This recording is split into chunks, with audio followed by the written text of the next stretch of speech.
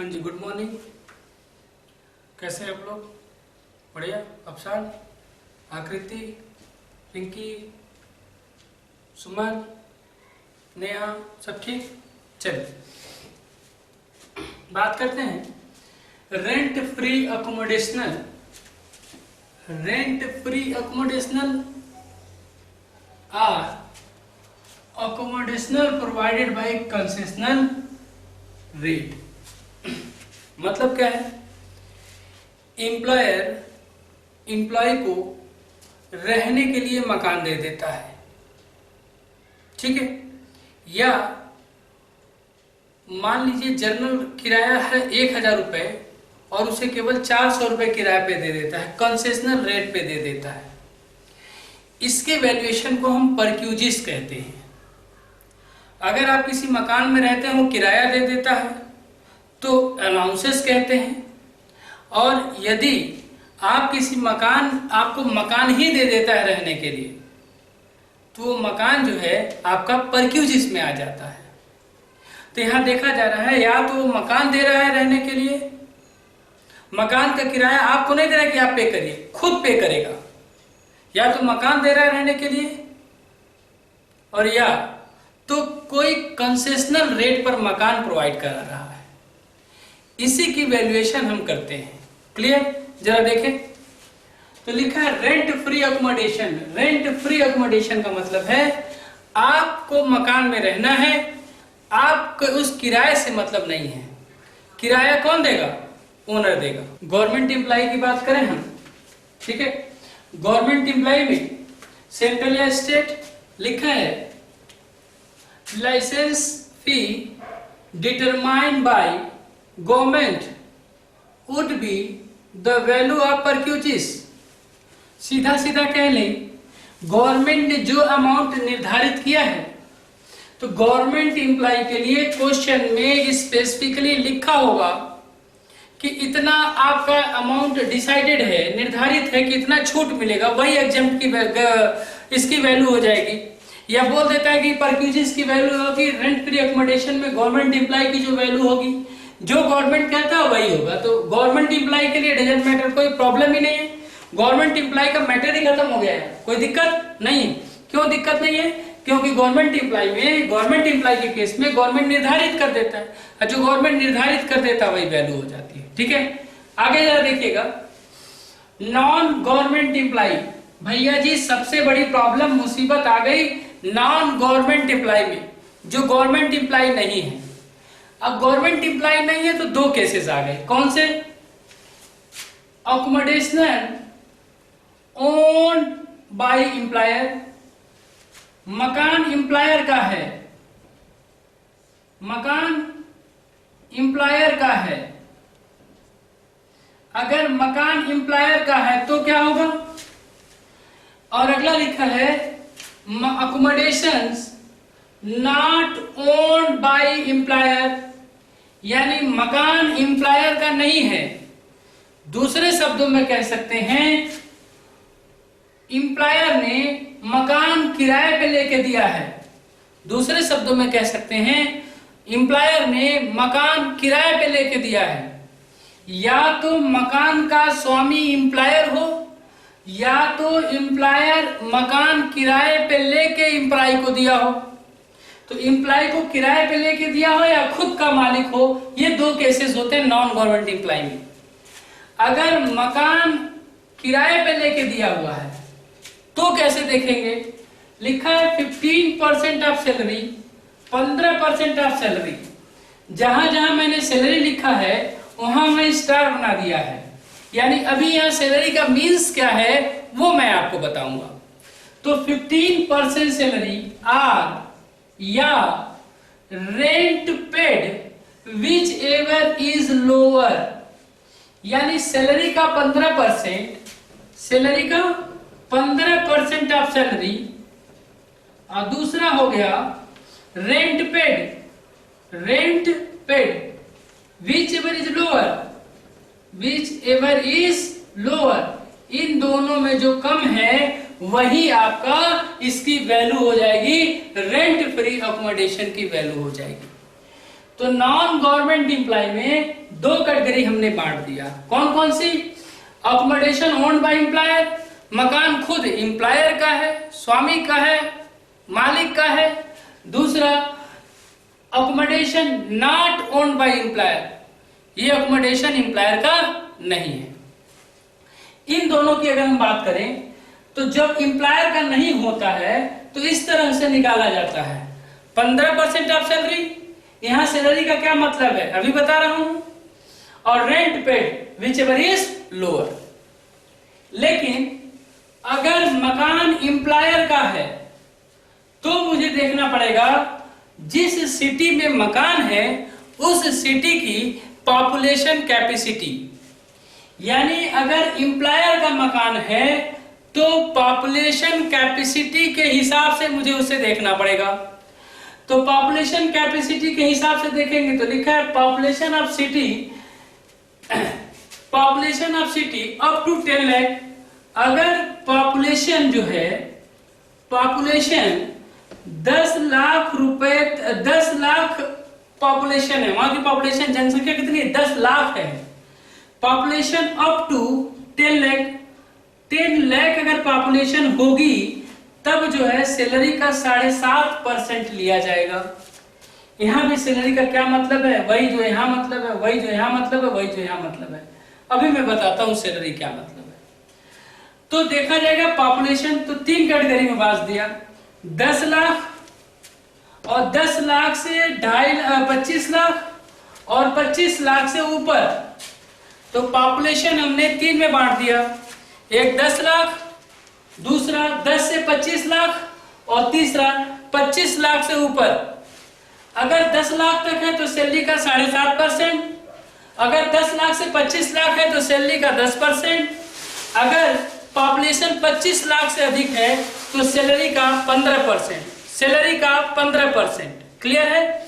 इस तरह से इसको कैलकुलेट किया जाता है। तो यहां लिखा गया अगर मकान का मालिक स्वयं एम्प्लॉयर है तो जिस सिटी में मकान है उस मकान वहां उस सिटी का पॉपुलेशन देखा जाएगा। पॉपुलेशन वहां 10 लाख तक है तो सैलरी का 7.5%, पॉपुलेशन 10 से 25 लाख तक है तो सैलरी का 10%, अगर पॉपुलेशन 25 लाख से ऊपर चला गया तब आपका सैलरी का 15%। क्लियर? ओवरऑल अगर मैं बात करूं रेंट फ्री अकोमोडेशन की तो 2 कैटेगरी में मैंने बांट दिया। कौन कौन सी कैटेगरी? एक गवर्नमेंट एम्प्लॉय और एक नॉन गवर्नमेंट एम्प्लॉय। अगर गवर्नमेंट एम्प्लॉय है तो क्या करेंगे? जो गवर्नमेंट डिसाइड करेगा, चाहे सेंट्रल गवर्नमेंट या स्टेट गवर्नमेंट, जो गवर्नमेंट डिसाइड करेगा वही। अगर बात करूं नॉन गवर्नमेंट एम्प्लॉय की तब मैं चेक करूंगा कि जो मकान रहने के लिए एम्प्लॉयर ने एम्प्लॉय को दिया है क्या वो मकान एम्प्लॉयर का खुद का है या एम्प्लॉयर ने किराए पे लेके दिया है। अगर वह किराए पे लेके दिया है तब मुझे निकालेंगे, हम निकालेंगे उसको। कैसे निकालते? सैलरी का 15% और जितना रेंट पेड किया गया है जो दोनों में कम होता है। लेकिन अगर खुद का मकान है एम्प्लॉयर का तब हम उसको डिसाइड करेंगे वहां के पॉपुलेशन के बेसिस पर। अगर पॉपुलेशन 10 लाख तक है तो सैलरी का 7.5%, अगर पॉपुलेशन 10 लाख से 25 लाख तक है तो सैलरी का 10%, अगर पॉपुलेशन 25 लाख से अधिक है तो सैलरी का 15%। क्लियर? यही आपका रेंट फ्री अकोमोडेशन की वैल्यूएशन है। ये तो हो गया।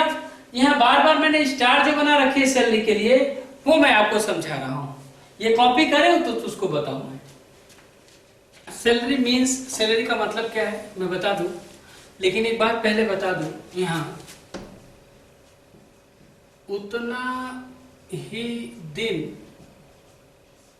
सैलरी लेंगे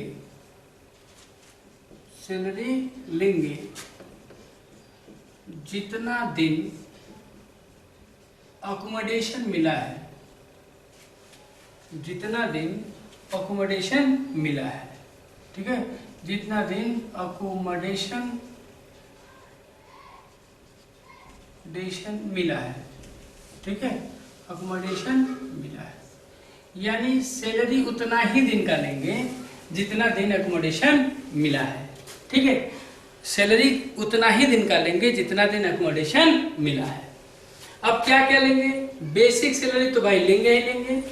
dearness under retirement benefit, dearness allowances under retirement benefit. अब होता है बोनस आएगा, फीस आएगा, कमीशन आएगा। कमीशन आते ही दिमाग की बत्ती जलेगी, सर कौन सा कमीशन? फिक्स परसेंटेज या पर एनम वाला?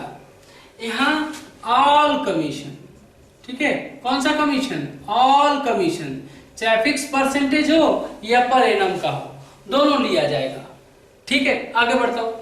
टैक्सेबल अलाउंसेस, अलाउंसेस कितने तरह का होता है? 3, tax free, partial taxable, fully taxable, fully exempt, partial taxable, partial exam, fully taxable. तो यहाँ जो टैक्सेबल पोर्शन आएगा वही पोर्शन यहाँ अलाउंसेस होगा। अच्छा, monetary payment not being perquisites, monetary payment किया गया हो परक्यूजिस ना हो, जैसे लीव इनकैशमेंट। लीव इनकैशमेंट जानते हैं? छुट्टियों के दिनों में भी अगर कोई काम करता है तो जितने दिन छुट्टी, मतलब ऑफर था कि 10 दिन की छुट्टी आपको मिलेगी, लेकिन हमने केवल 6 दिन की छुट्टी ली, तो 4 दिन की जो छुट्टी आपने नहीं लिया है उसका भी पैसा मिलता है।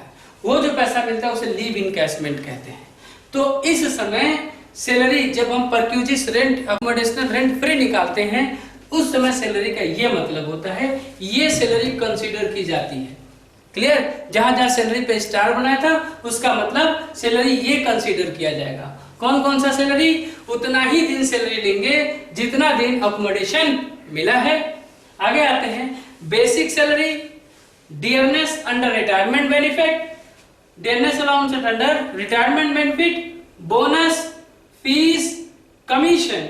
कमीशन आते ही दिमाग की बत्ती जलेगी, कौन सा? यहां मैंने साफ साफ लिख दिया, all commission, taxable allowances, monetary payment, not being perquisites, मतलब लीव इनकैशमेंट। क्लियर है?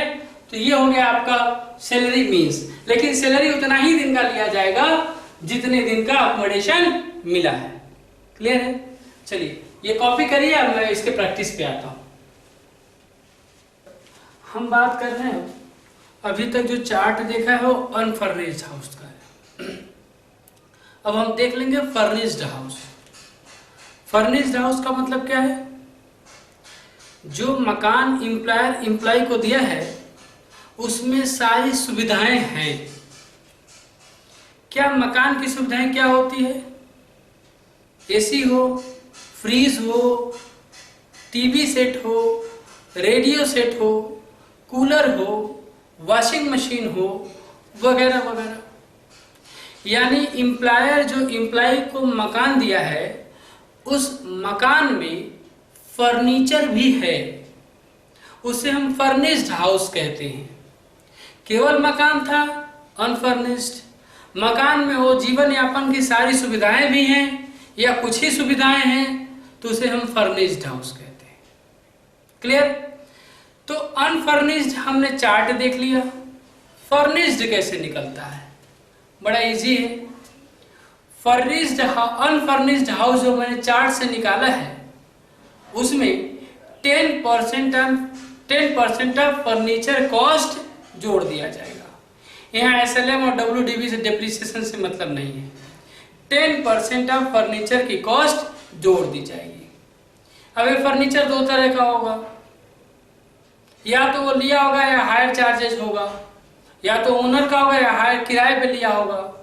ठीक है, सेम ट्रीट करेंगे, किराए पे लिया होगा तो हायर चार्जेस जोड़ देंगे। ठीक है, आगे बढ़ते हैं। देखिएगा लिखा है the value of perquisites shall be determined if it is an unfurnished accommodation. सबसे पहले अनफर्निश्ड अकोमोडेशन निकाल लेते हैं। Value of determined as per chart given.